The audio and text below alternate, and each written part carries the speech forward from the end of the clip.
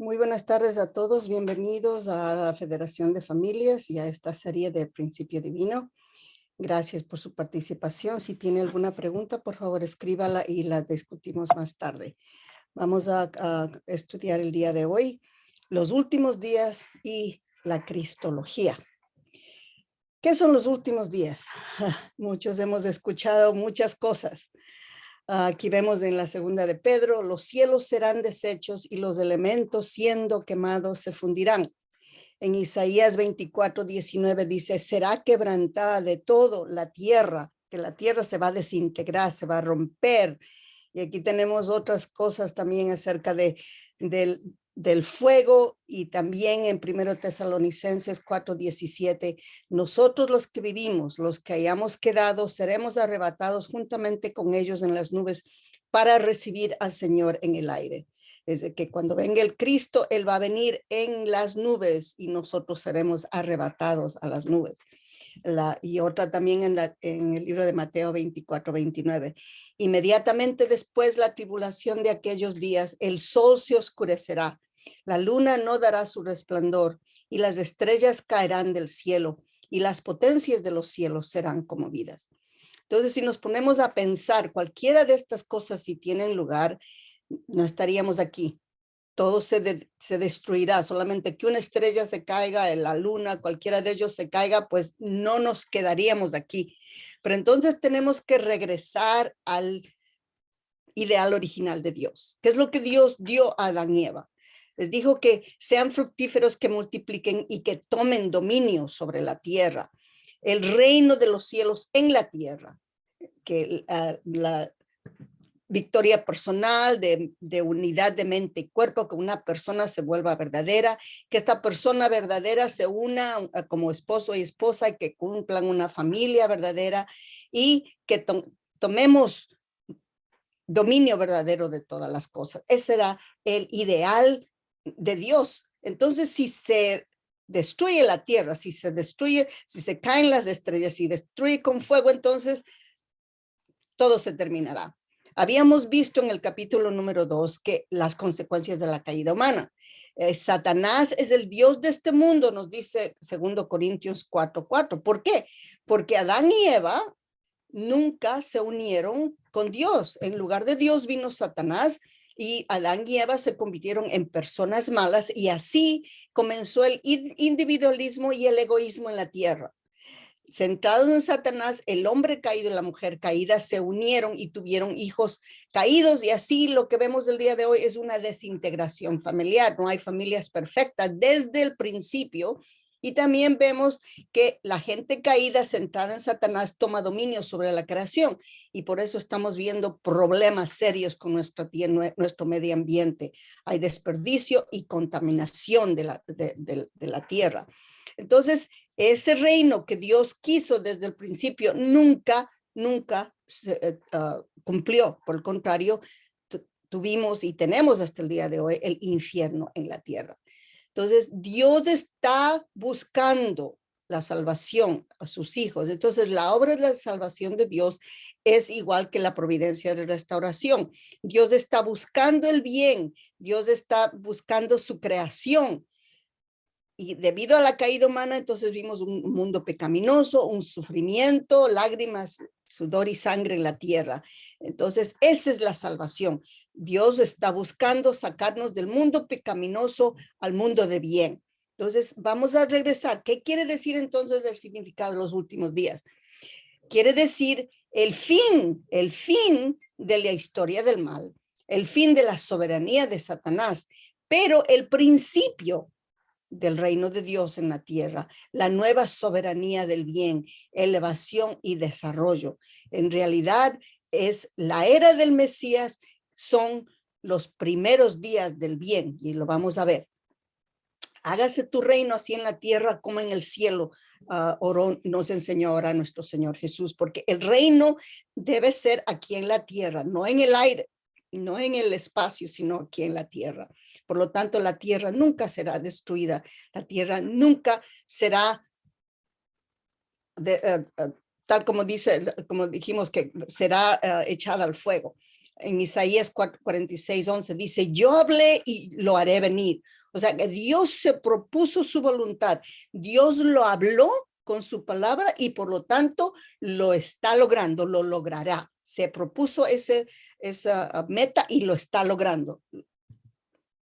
Ahora, siempre tenemos que recordar que dentro de la voluntad de Dios, para que se cumpla, entonces existe el cumplimiento de la responsabilidad humana para que seamos co-creadores. Desafortunadamente, la historia hubo mucha desobediencia, hubo fracaso de la responsabilidad humana y por lo tanto Dios no tiene condición para dar su bendición. Por el contrario, Satanás acusa. Y eso es lo que vamos a ver. ¿Qué significa? Hubieron varios últimos tiempos, por ejemplo, en el día del tiempo de Noé, fueron los últimos días. Génesis 6:17. Por mi parte voy a traer el diluvio, las aguas sobre la tierra, para exterminar toda carne que tiene hálito de vida bajo el cielo. Todo cuanto existe en la tierra perecerá. Entonces, Dios quiso destruir toda la soberanía satánica a la soberanía de Dios. Después del diluvio, desafortunadamente, el pecado de Cam destruyó el valor de los últimos días en el tiempo de Noé y Dios tuvo que comenzar nuevamente a seguir trabajando en la historia. Entonces, el tiempo de Jesús fueron los últimos días. Jesús dijo, el Padre a nadie juzga, sino que todo el juicio dio al Hijo. Entonces, todo lo que dijo Jesús durante sus 3 años de obra pública fue juicio para todos los que le escucharon y muchos de ellos no podían entender y no podían escucharle. Jesús mismo dijo, no es mi palabra fuego, dijo el Señor en Jeremías 23:29. Aquí vemos nuevamente como estopa, porque he aquí viene el día ardiente como un horno, y todos los soberbios y todos los que hacen maldad serán estopa. Aquel día que vendrá los abrazará, ha dicho Jehová de los ejércitos, y no les dejará ni raíz ni rama, porque a Dios no quiere el pecado, Dios no quiere el mal, entonces tiene que sacarlo de raíz. Y por eso es que les está diciendo que va a quemar durante los últimos días. Pero ¿qué es lo que se va a quemar?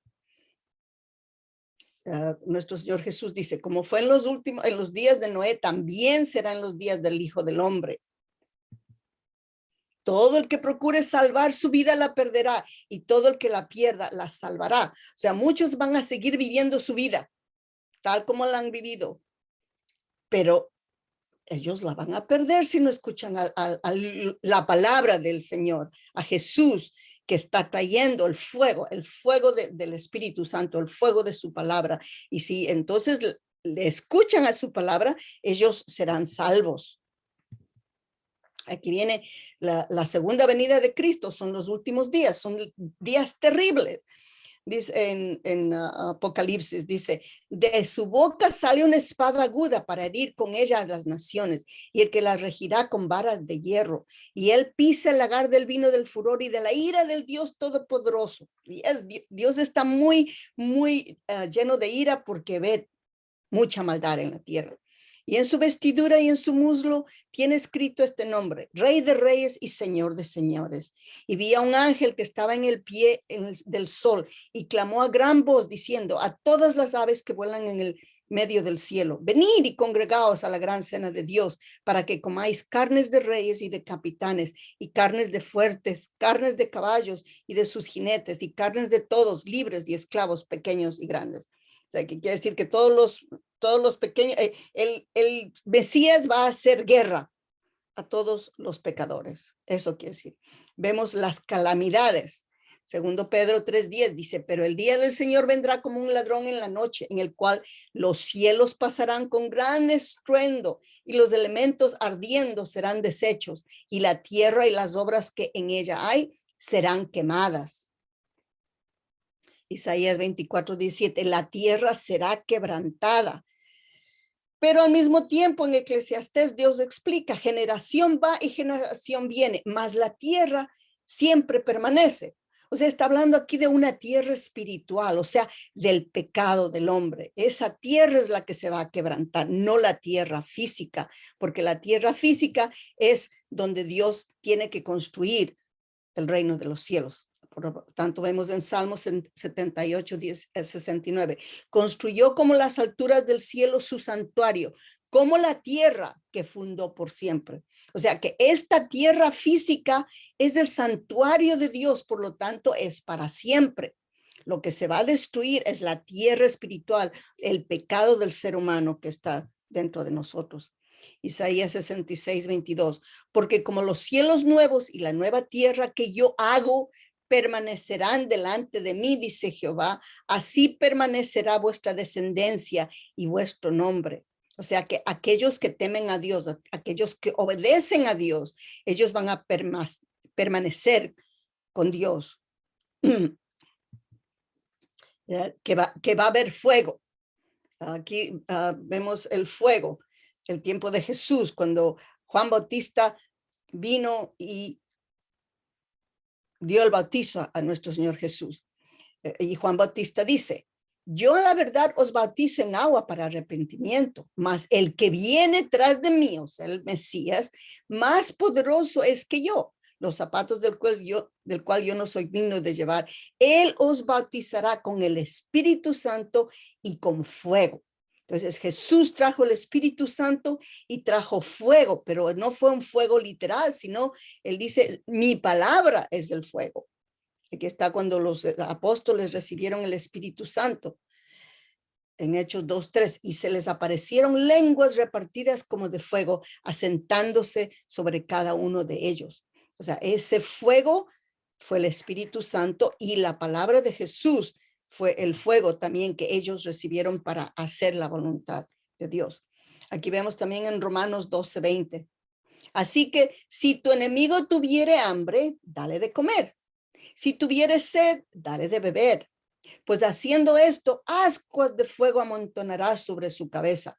No seas vencido de lo malo, sino vence con el bien el mal. Wow, aquí es algo muy, muy especial, muy serio. Él no dice, si alguien no te cae, aléjate de él, no.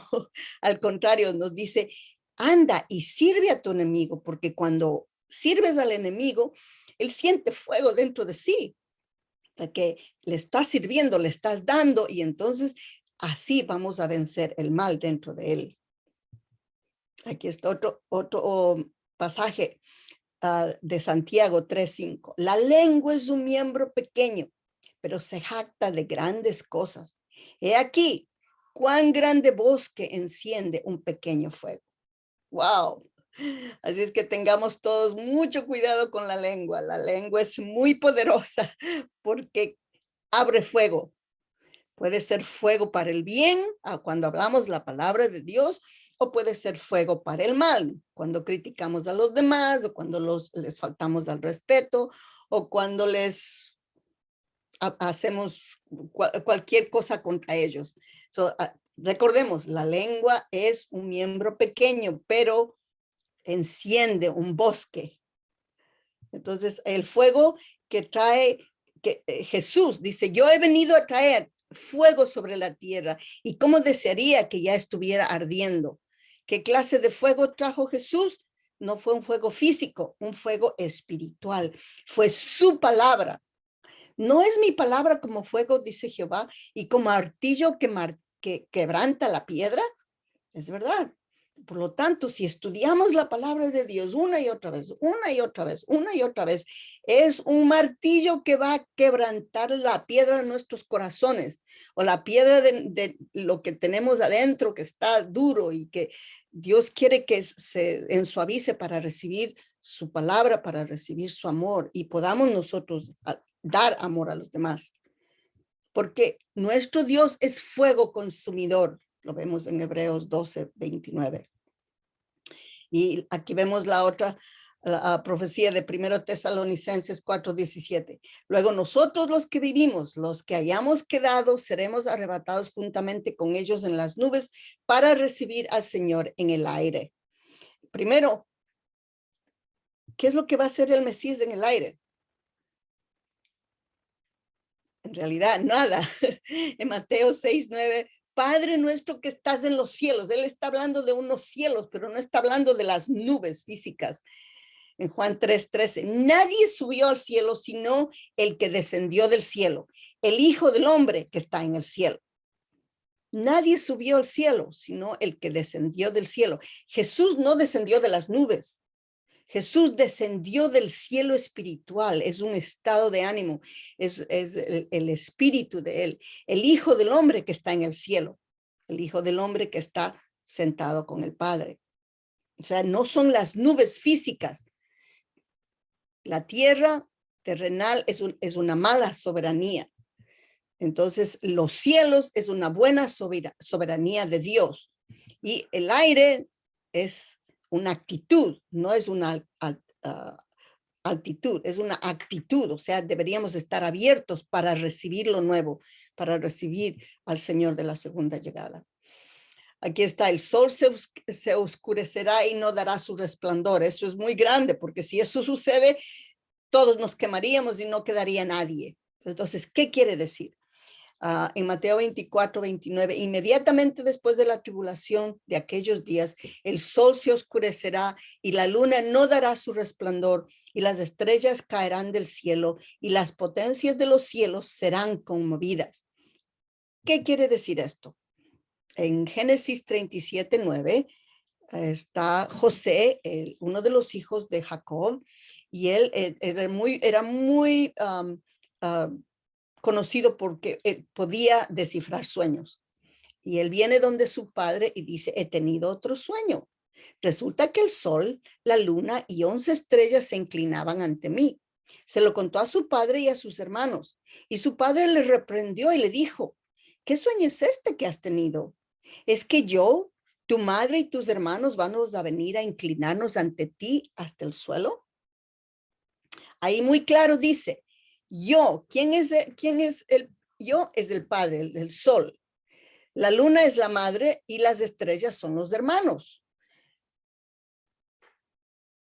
No son los planetas físicos que van a caerse, sino son lo espiritual. En este caso, ¿qué quiere decir?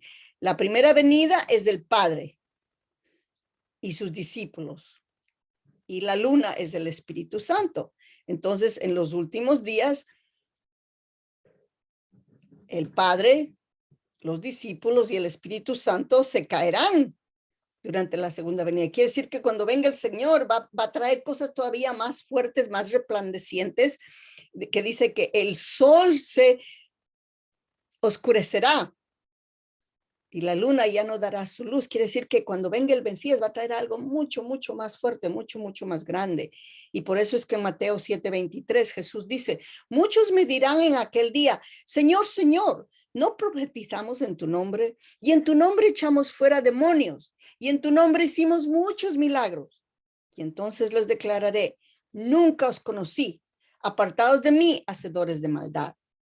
O sea, ahora sí podemos entender. Quiere decir que los que están sacando a los malos, a los demonios, están utilizando el nombre de Jesús, del Espíritu Santo. Si no siguen al Mesías, el Mesías va a decir, apartaos de mí, hacedores de maldad, porque no están haciendo la voluntad de Dios. Entonces, ¿qué dijo Jesús acerca de la segunda venida de Cristo? Cuando os persigan en una ciudad, huid a otra. Y así también en otras, si os persiguen, marchaos a otra. Yo os aseguro, no acabaréis de recorrer las ciudades de Israel antes que venga el Hijo del Hombre. Él se llamó a sí mismo el Hijo del Hombre en Mateo 10:23, porque él quería que el Mesías venga enseguida, pero desafortunadamente tomó mucho tiempo. Aquí nuevamente, de cierto os digo que no pasará esta generación hasta que todo esto acontezca, Mateo 24, porque quería que todo eso pase rápido, que el Mesías venga rápido.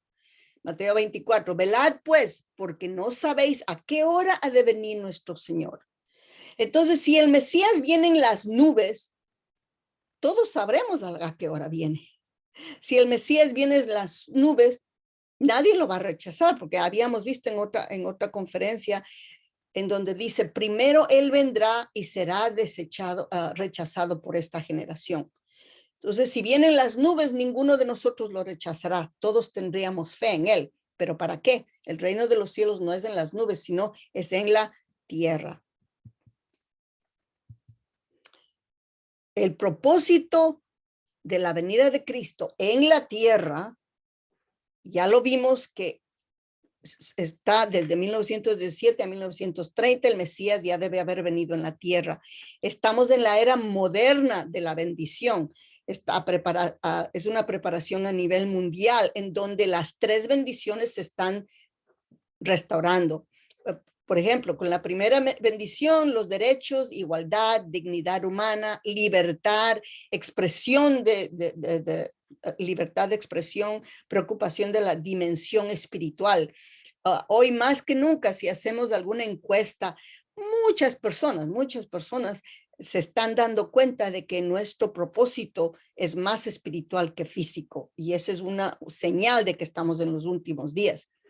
La segunda bendición, hay hermandad de las naciones, hay comunicación global y hay interindependencia. Nos damos cuenta de que no podemos estar solos, necesitamos un compañero, una compañera, porque así nos creó Dios. Vimos anteriormente que Dios creó todo en pares, por lo tanto, nos necesitamos el uno del otro.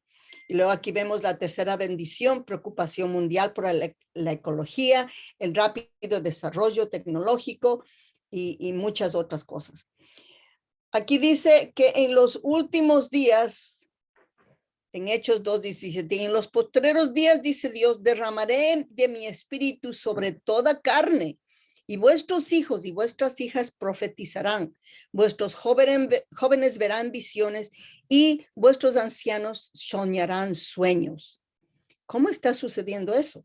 Entonces tenemos que recordarnos que somos cuerpo físico, que vivimos en el mundo físico. Tenemos 5 sentidos físicos: vemos, oímos, gustamos, tocamos y olemos, con estos 5 sentidos físicos.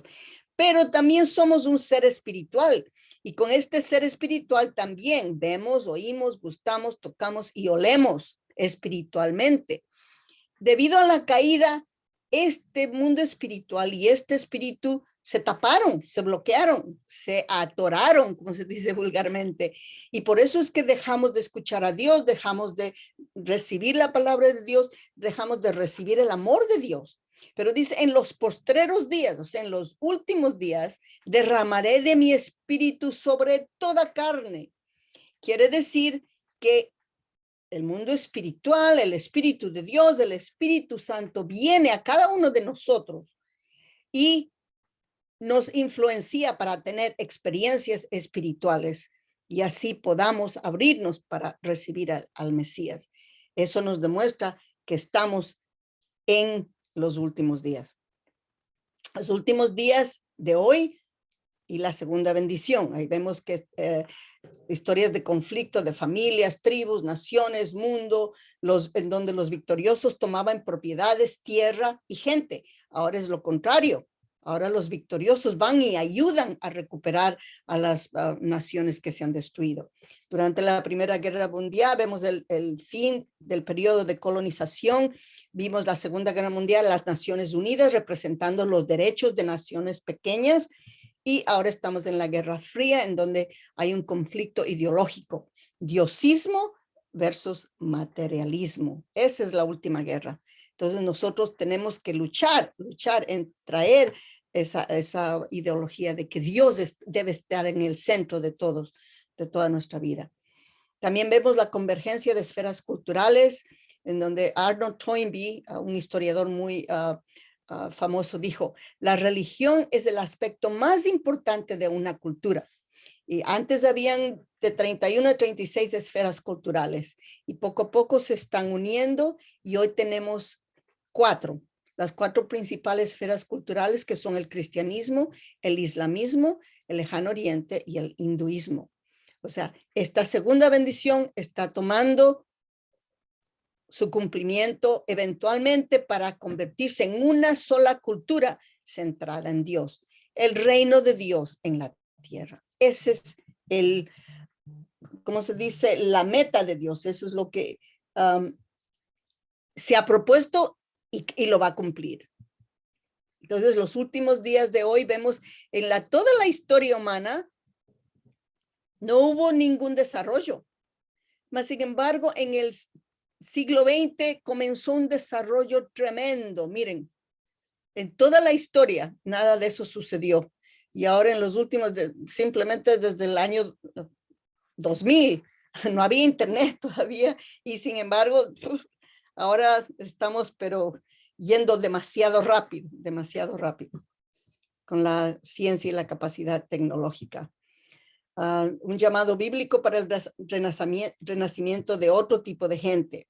Por eso en Romanos 8:19 dice, pues la ansiosa espera de la creación desea vivamente la revelación de los hijos de Dios.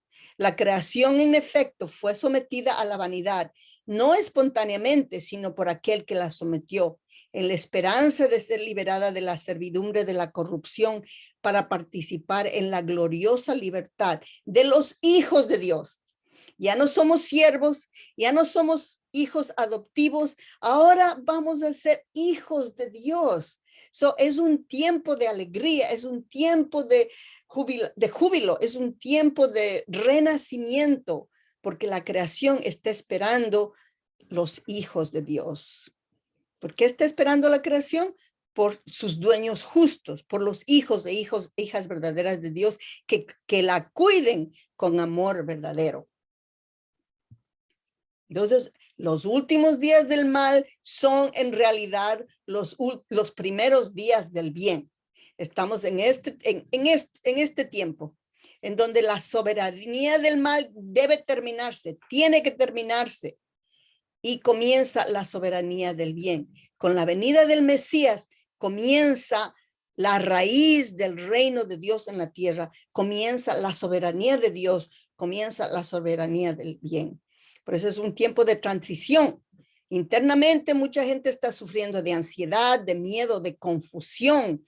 Externamente hay lucha, hay batalla. Por eso en Joel 2:11 dice, porque grande es el día de Jehová y muy terrible. ¿Quién podrá soportarlo? ¿Quién? En otros párrafos dice, solamente aquellos que perseveran hasta el final, ellos serán salvos. Por favor, aferrémonos, mantengamos lo que Dios nos ha dado, aferrémonos con toda nuestra fuerza, con toda nuestra fe a todo lo que Dios nos ha dado. No lo soltemos, porque es simplemente cuestión de tiempo hasta que la soberanía de Dios venga. Mas la hora viene y ahora es cuando los verdaderos adoradores adorarán al Padre en espíritu y en verdad, porque también el Padre tales adoradores busca que le adoren. Juan 23. Entonces, aquellos que tienen ignorancia interna están buscando verdad interna. Aquellos que tienen ignorancia externa están buscando la verdad externa por medio de la ciencia. Dios nos dio inteligencia y nuestra inteligencia está desarrollándose a un punto muy, muy grande en donde estamos listos para recibir la verdad que Dios quiere darnos. Como cuando nuestro Señor Jesús nos dijo, tengo mucho que decirlos, pero cuando venga la verdad, la sabrán, el Espíritu los guiará. Aquí estamos nuevamente, 1 Corintios 13:12 dice, ahora vemos por espejo oscuramente, mas entonces veremos cara a cara. Ahora conozco en parte, pero entonces conoceré como fui conocido. Desde aquí está la ignorancia de la gente caída. Quizá este tiempo del Antiguo Testamento, el tiempo del Nuevo Testamento, y este es el tiempo del completo Testamento. Ha sido un desarrollo de espiritualidad e inteligencia del ser humano. Entonces, aquí es donde estamos en la hora de hoy, los últimos días del mal, en donde ya de aquí para acá estamos subiendo muy, muy rápido. El bien está subiendo muy rápido y el mal está cayendo muy rápido. También las escrituras se están cumpliendo. Juan 16:25, Jesús dijo, estas cosas os he hablado en alegorías. La hora viene cuando ya no os hablaré por alegorías, sino que claramente os anunciaré acerca del Padre. Claramente. En Apocalipsis 10:11. Y él me dijo, es necesario que profetices otra vez sobre muchos pueblos, naciones, lenguas y reyes. Ya lo habíamos visto anteriormente. Tenemos que profetizar nuevos pueblos, nuevas naciones, nuevas lenguas y reyes. No son los mismos. Aquí están otro cumplimiento de las escrituras de Mateo 5:18. Porque de cierto os digo que hasta que pase el cielo y la tierra, ni una jota, ni una tilde pasará de la ley hasta que todo se haya cumplido. O sea, todo ya se ha cumplido. Ahora es el tiempo del Mesías. Cuando en Juan 16:12 dice, cuando venga él, el Espíritu de la verdad os guiará hasta la plena verdad. O sea, lo que hemos estado escuchando en estas 12 últimas conferencias ha sido muy, muy claro y les hemos dado tiempo para hacer preguntas, para contestar, para disuadir, para analizar, para orar. Todo lo que el reverendo Moon recibió, lo recibió directamente de nuestro Señor Jesús. Y a cada uno de nosotros, él dice, el Espíritu de la verdad nos guiará a la verdad plena. Estamos en ese tiempo. Entonces, la gente de los últimos días tiene mente y espíritu, tiene cuerpo y verdad. Entonces, tenemos que hacer mucha oración y estar receptivos al Espíritu de la verdad para regresar a Dios. Nos prometió en Isaías 11:9 nuestro Señor, nadie hará daño, nadie hará mal en todo mi santo monte, porque la tierra está llena de conocimiento de Jehová, como cubren las aguas del mar. O sea que ya no van a haber misterios, ya no van a haber alegorías, confusiones, sino que todo el mundo va a entender plenamente de Dios, va a entender plenamente cuál fue la caída del hombre para poder cambiar, para poder reversificar, para poder regresar a Dios. O sea, ahora vamos a ver la cristología. ¿Qué significa la cristología? Y hay varios puntos en ese capítulo. Vamos a ver a nuestro Señor Jesús y la persona que ha cumplido con el propósito de la creación. Ahí está Dios, Jesús y el Espíritu Santo. Esa es la doctrina de la Trinidad. Y también tenemos la doctrina del renacimiento. Habíamos explicado anteriormente que cuando vino Jesús, el Espíritu Santo descendió. Y entonces, cuando los dos se unen y la gente caída se une a Jesús, recibe el Espíritu Santo, esta gente caída renace. Entonces vemos que esta es la primera Trinidad. Es la Trinidad que trata de la relación entre Dios, Jesús y el Espíritu Santo, así como el renacimiento, que también ya lo habíamos visto, y también la gente caída, cómo la gente caída tiene que unirse a Jesús para volver a nacer bajo el Espíritu Santo y Jesús. Entonces, ¿cuál es el valor de una persona que cumple con el propósito de la creación? Entonces, si una persona ideal sigue a Dios, la palabra de Dios, y se perfecciona, esta persona tiene un valor divino,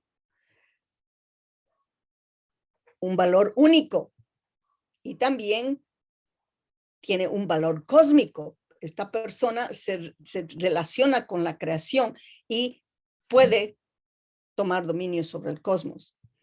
Entonces, ¿qué es el árbol de la vida? En Proverbios 11:30 dice, el fruto del justo es el árbol de la vida. El hombre ideal es el Adán perfecto, el árbol de la vida. Por eso vimos en Génesis 2:9, y habiendo expulsado al hombre, puso delante del jardín de Edén querubines y la llama de espada vibrante para guardar el camino del árbol de la vida. Habíamos visto anteriormente que el árbol de la vida significa la perfección de Adán, el potencial de perfección de Adán. Entonces, el fruto del árbol de la vida es el fruto del justo. Y aquí en Apocalipsis 22:14, Jesús se convirtió en el primer hombre ideal. Y él, Jesús, dice, dichosos los que laven sus vestiduras y así podrán tener derecho del árbol de la vida y entrarán por las puertas de la ciudad. O sea que el que venga, el nuevo Mesías, tiene que seguir el mismo camino que Jesús siguió para adquirir el árbol de la vida. Es el hombre ideal. Ahora vamos a ver, ¿cuál es el valor de Jesús como un ser humano perfecto? Es lo mismo. Jesús es la expresión total de Dios, la perfección. Jesús tomó total dominio sobre la creación y por lo tanto la gente cuando se une a Jesús también podía ser uno con Jesús y con Dios. El valor de Jesús es un valor divino, un valor único y un valor cósmico. Fue el primero que obtuvo esta perfección y por eso él pudo decir, cuando ven a mí, ven al Padre. Ustedes deben ser perfectos como vuestro Padre es perfecto. Entonces, ¿quién es Jesús? Jesús y Dios son uno. Pero la creencia convencional cristiana está muy bien fundada porque como un ser humano perfecto, Jesús es totalmente uno con Dios. Es la misma expresión de la mente, el corazón de Dios en Jesús. Por eso él decía, cuando me ven a mí, ven al Padre. Pero tenemos que entender un poquito más que no es el mismo Jesús y el mismo Dios. Vamos a ir allá un poquito más. El aceptar que Jesús es un hombre que ha cumplido con el propósito de la creación no disminuye el valor de Jesús en lo más mínimo. De hecho, el principio de la creación eleva el valor verdadero de toda la gente perfeccionada que cumple con el propósito de la creación a un nivel comparable al de Jesús. Por eso Jesús dijo, ustedes harán cosas mejores que yo. Él nos dijo que vamos a ser mejor que él. Porque todavía estamos en un tiempo donde nuestra mente, nuestro espíritu, nuestra inteligencia todavía necesitaba crecer. Perdón.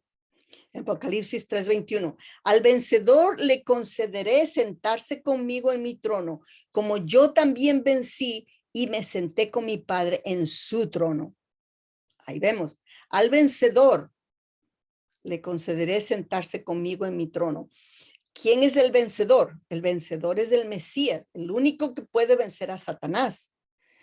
Y se sentará conmigo en mi trono como yo también vencí. Jesús nació en la tierra, creció en la tierra, se perfeccionó en la tierra y debió haber cumplido con el ideal de Dios. Desafortunadamente fue crucificado antes del tiempo.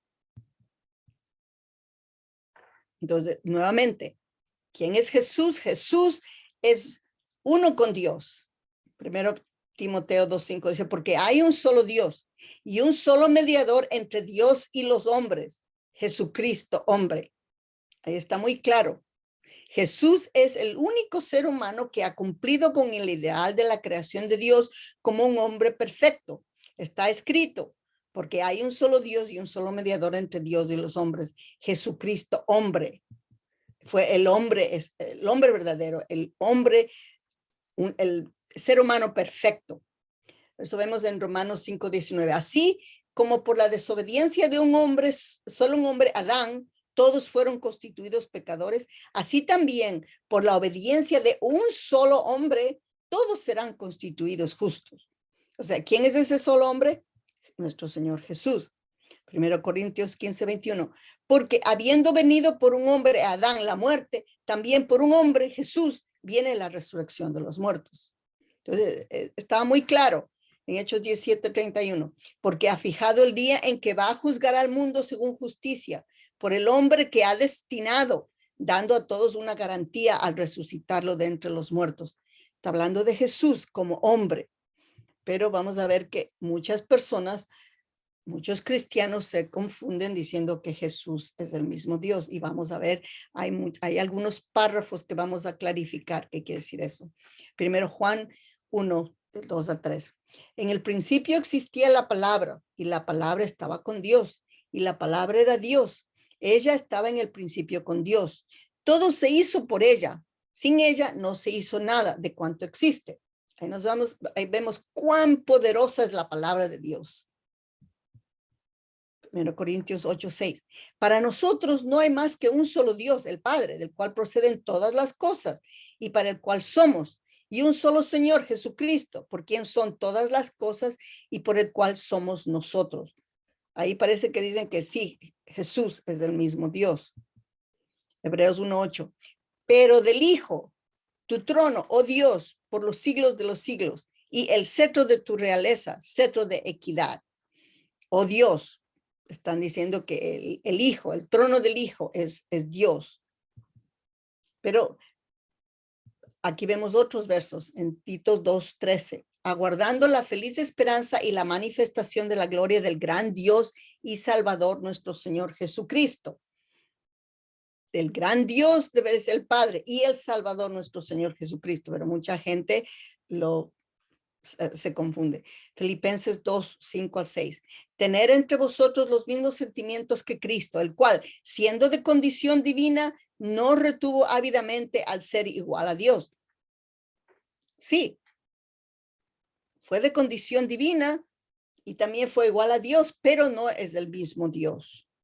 Juan 8:58. Jesús les respondió, en verdad os digo, antes de que Abraham existiera, yo soy.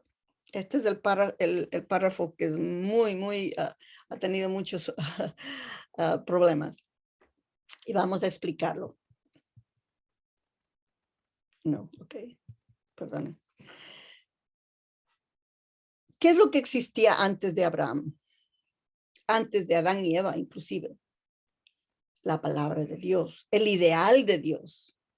Desde ese punto de vista, Jesús, el Adán perfeccionado, sí existió en la mente y el corazón de Dios. En ese sentido, sí, Jesús existió antes que Abraham, porque Abraham fue caído. Jesús no, Jesús es el ideal del Hijo de Dios. Entonces, en ese sentido, sí, Jesús existió antes de Abraham, pero no literalmente. Ahora vemos versos de Jesús que indican que Jesús no es el creador. Es en Mateo 24:36. Pero del día y la hora nadie sabe, ni aun los ángeles de los cielos, sino solamente mi Padre. Ahora está diciendo muy claramente, yo soy yo, mi Padre es mi Padre. Él hace una distinción de lo que él sabe y lo que el Padre sabe. Está diciendo que son dos personas diferentes. Mateo 26:39. Padre mío, si es posible, pase de mí esta copa, pero no sea como yo quiero, sino como tú. Como si fuera el mismo Dios, porque está orándose a sí mismo, ¿no? Él dice, Padre mío, que el Padre es uno y él es otra entidad, otro carácter, otra fuerza. Así también Jesús es autónomo de la voluntad de Dios. Jesús está buscando aprobación de su voluntad.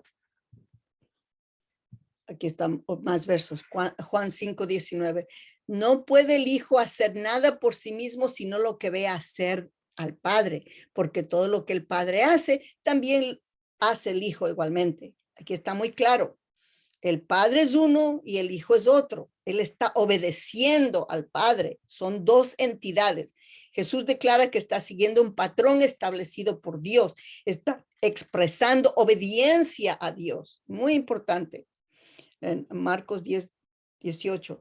¿Por qué me llamas bueno? Ninguno hay bueno, sino solo uno, Dios, o sea, el Padre.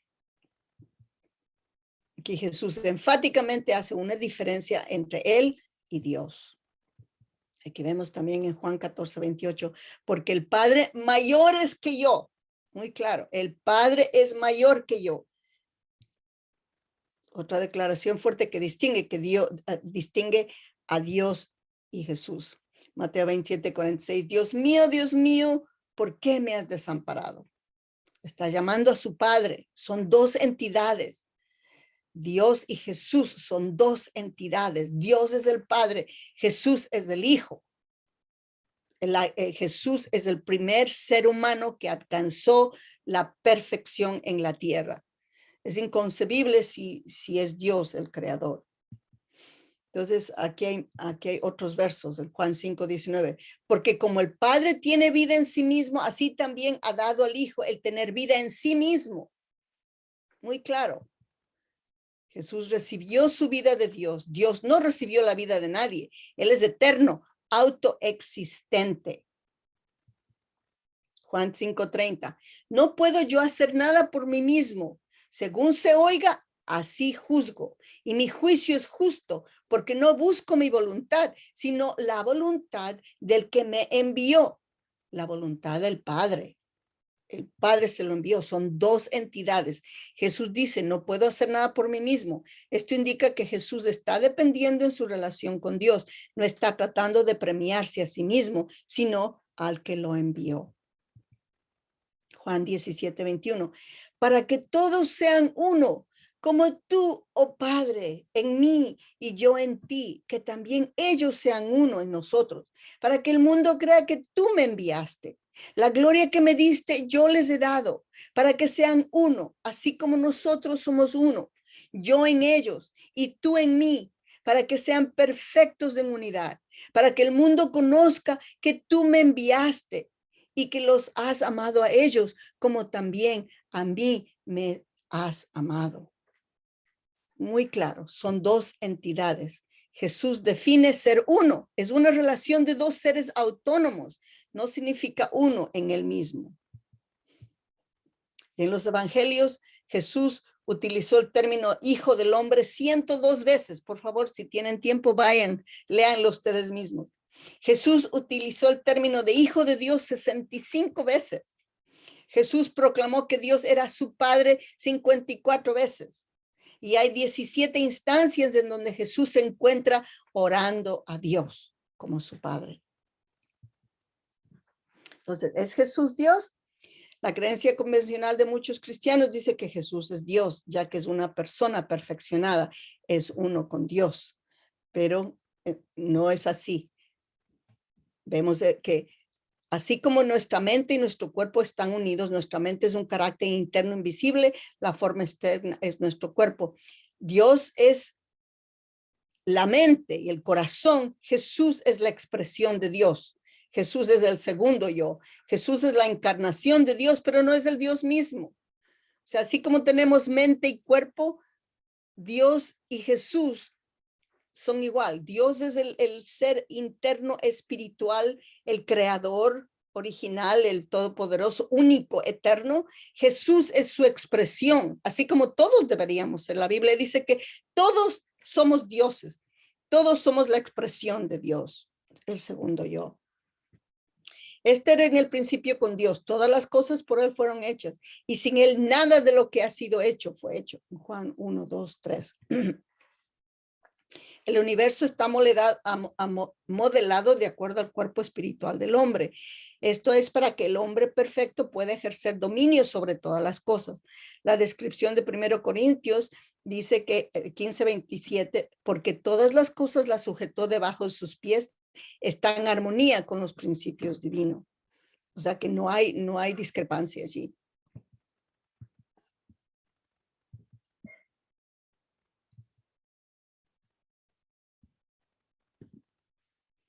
Jesús estuvo en el mundo y el mundo fue hecho a través de él, pero el mundo no lo conoció. Vemos en Juan 10:10. El mundo no conoció a Jesús, no conoció a Dios.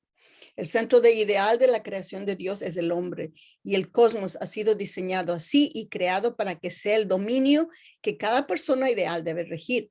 Así, Dios establece a la persona que cumple con el propósito de la creación como el supremo ideal, desde el ser más pequeño hasta el máximo. Dios los creó a todos y luego creó a Adán para que sea señor de todo. Jesús, como una persona que cumple con el propósito de la creación, era el ideal que Dios envisionaba aún antes del principio de la creación. En dicho sentido, Jesús existió desde el principio, en la mente y en el corazón de Dios. En Hebreos 1:8, más del Hijo dice, tu trono, oh Dios, por el siglo del siglo, cetro de equidad es el centro de tu reino. Entonces, el escritor de Hebreos está recitando a Salmos 45, 6, 7. Tu trono, oh Dios. Este era un saludo común de respeto ofrecido a una persona de alta dignidad. Tomás saludó a Dios, mi Señor y mi Dios. En Juan 20:28. Por eso mucha gente piensa que Jesús es Dios. Tampoco no era una declaración de la divinidad de Jesús, sino una forma común de llamar a una persona de respeto. Antes que Abraham fuese, yo soy, en Juan 8:58. Jesús no quiso decir que era Dios. Él podía decir esto porque sobre la base de su genealogía, él era un descendiente de Abraham. De hecho, él es el ancestro de Abraham porque vino a dar renacimiento a toda la humanidad desde la posición de Adán perfeccionado o de verdadero ancestro de la humanidad en la posición de Adán. Esta declaración es de posición más elevada y de calidad, no de cronología. Cuando Felipe le pidió a Jesús que le enseñe a Dios, Jesús, ¿qué le dijo? ¿Tanto tiempo hace que estoy con vosotros y no me has conocido, Felipe? El que me ha visto a mí, ha visto al Padre. ¿Cómo pues dices tú? Muéstranos al Padre. Porque Dios es la expresión del Padre, pero no el mismo Dios. Felipe le pidió a Jesús que le muestre a Dios, pero Dios solamente puede ser experimentado completamente por una persona que es perfecta. Felipe aún no era perfecto, así que Jesús tuvo que enseñarle a sí mismo como la expresión de Dios. Entonces Jesús y la gente caída no se la puede comparar. Una persona caída no cumple con el propósito de la creación y se encuentra lejos del corazón de Dios. Tiene pecado original, está más bajo de la creación no caída y no se puede liberar de la acusación de Satanás. Jesús no tiene ninguno de esos aspectos porque Jesús nació sin pecado original. Entonces aquí vemos Jesús y todas las cosas, él tuvo dominio sobre todas las cosas y por eso de los ángeles. Vino con el valor total de una persona que ha cumplido el propósito de la creación, los ángeles y todas las cosas fueron puestas bajo su dominio. Entonces aquí vemos Dios, su palabra o los logos, aquí está su palabra, el logo se convirtió en Adán y Eva. Entonces, después vino el Espíritu Santo como la segunda Eva. Adán era el compañero objeto encarnado de Dios. Eva debería haber sido la compañera objeto encarnada de Dios. Desafortunadamente, debido a que cayeron, entonces vino Jesús como el segundo Adán y como Padre verdadero, y el Espíritu Santo representando a Eva como la Madre verdadera. O sea, ahora cuando venga el Mesías, va a ser algo nuevo. Por medio de este amor, nuestra vida es inyectada en nosotros y nuestros espíritus vuelven a nacer como nuevos seres. Este es el significado del renacer espiritualmente. Todos nosotros renacemos por medio de la relación de Jesús y el Espíritu Santo. Ahora, cuando venga el Mesías, vamos a ver cuál es la nueva Trinidad. Esa es la primera Trinidad. Jesús, el Espíritu Santo son uno, Padre, Hijo, Espíritu Santo. Padre, Hijo, Espíritu Santo son la primera Trinidad. Son uno. Ahora después vamos a ver cuando venga el Mesías cuál es nuestra Trinidad. Originalmente, Dios hubiera convertido a Adán en el padre verdadero y luego Eva en la madre verdadera y sus hijos hubieran sido los hijos buenos. Esa es la Trinidad con Dios. Desafortunadamente nada de esto sucedió, sino que Adán se volvió el padre caído, Eva la madre caída y los hijos caídos. Esa Trinidad la formamos con Satanás, nunca la formamos con Dios. Entonces, la restauración, la salvación total que Dios quiere es que cuando venga el Mesías, el retorno de Cristo, tome su novia y cada uno de nosotros tengan hijos verdaderos y cada uno de nosotros nos injertemos en este linaje, entonces esta nueva Trinidad se establece en la tierra. Ya no es una salvación espiritual, sino una salvación física y espiritual, porque viene el retorno del Mesías, viene física y espiritualmente a la tierra. Entonces, la misión del segundo advenimiento de Cristo es dar renacimiento a cada uno de nosotros. El centrado en el Padre, el Dios, retorno de Cristo, toma su novia, restaura toda la humanidad y se establece una Trinidad física y espiritual. El renacimiento viene de padres, nueva vida, nuevo amor y un nuevo linaje, que es lo más importante. El Mesías nos trae el linaje de Dios. Jesús nos traía el linaje de Dios. Adán perdió el linaje de Dios. Jesús nos trajo el linaje de Dios. Desafortunadamente lo crucificamos. Ahora viene el Mesías, el nuevo Cristo, que nos trae el nuevo linaje de Dios, y así vamos a renacer centrado en el nuevo linaje de Dios. Y por eso, por favor, si tienen tiempo, lean en Apocalipsis 19:9, las bodas del Cordero, la fiesta de las bodas en Mateo 22:1, los 10 invitados a la boda en Mateo 25:1, el gran banquete en Lucas 14:16. Cuando venga el Mesías, va a tomar una esposa, una novia, va a tomar y se forma la Trinidad física, la Trinidad espiritual, donde vamos a tener nuevo amor y un nuevo linaje. Y aquí está la promesa en Romanos 8:23. Y no solo ella, sino que también nosotros mismos que tenemos las primicias del Espíritu. Nosotros también gemimos dentro de nosotros mismos, esperando la adopción, la redención de nuestro cuerpo. Cuando venga el Mesías, ese problema que tenemos con el cuerpo físico, Él nos ayudará a superarlo cambiando del linaje de sangre al linaje de Dios. Y aquí está, Jesús vino a darnos el cambio del linaje de sangre de Satanás a Dios.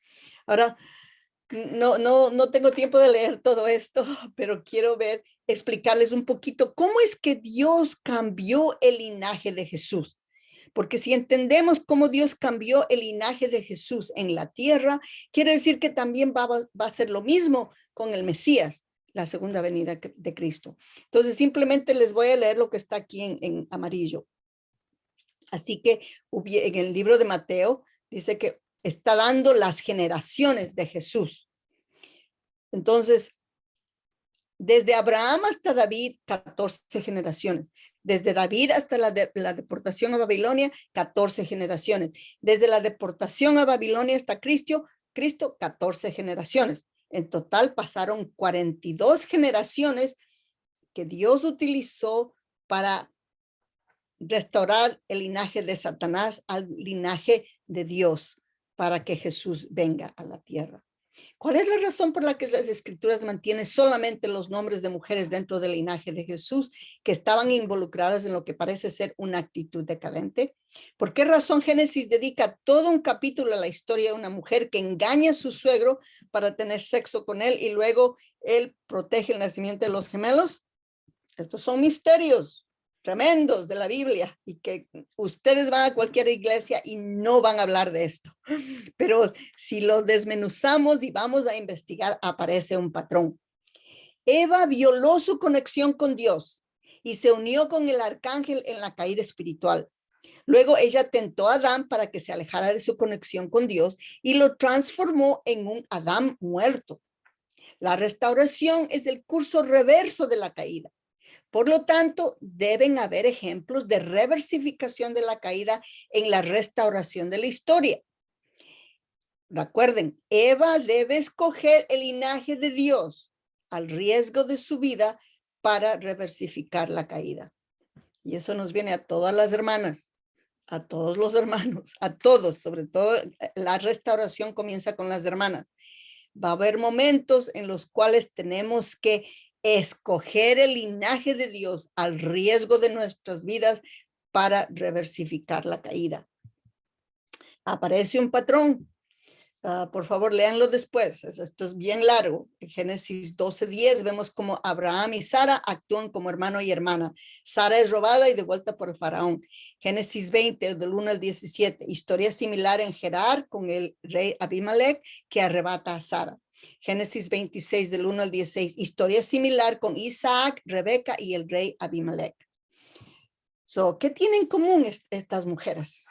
Tamar tuvo una relación incestuosa con su suegro mientras estaba comprometida a otro. Wow. Rahab, una prostituta de Jericó. Ruth tentó a Boaz mientras estaba comprometida a otro. Betsabé tuvo una relación adúltera con David, el rey David, mientras estaba casada con Urías. María, la madre María, se quedó encinta estando comprometida a otro. Wow. ¿Por qué estas mujeres son mencionadas en el linaje de Jesús? Muy importante. Vamos a ver aquí la historia de Tamar. Génesis 38, 1 al 30.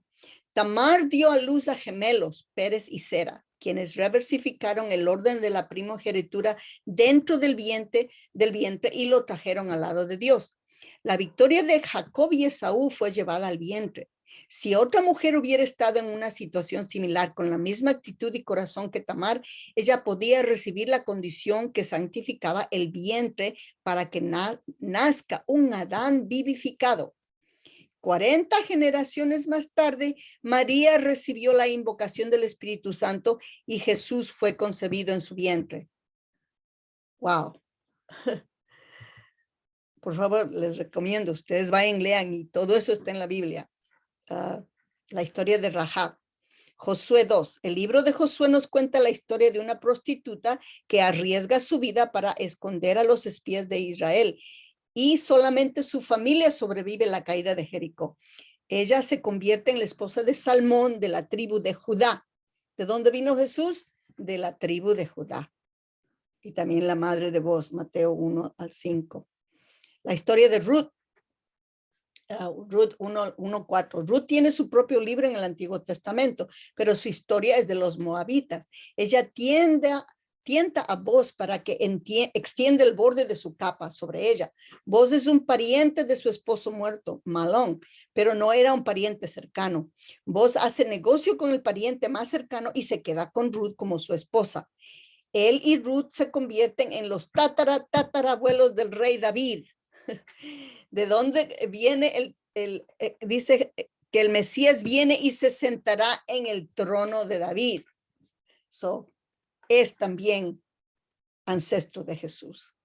Y la historia de Betsabé en 2 Samuel 12:24.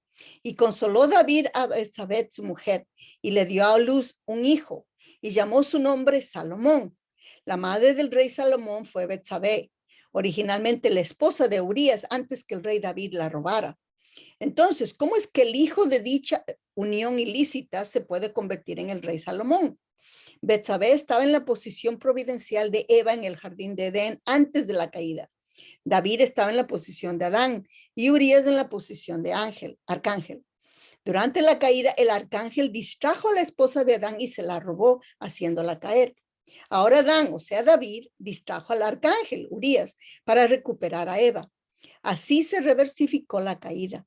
El hijo que nació sobre el fundamento de dicho reverso pudo nacer como el hijo de amor celestial, un hijo de gloria.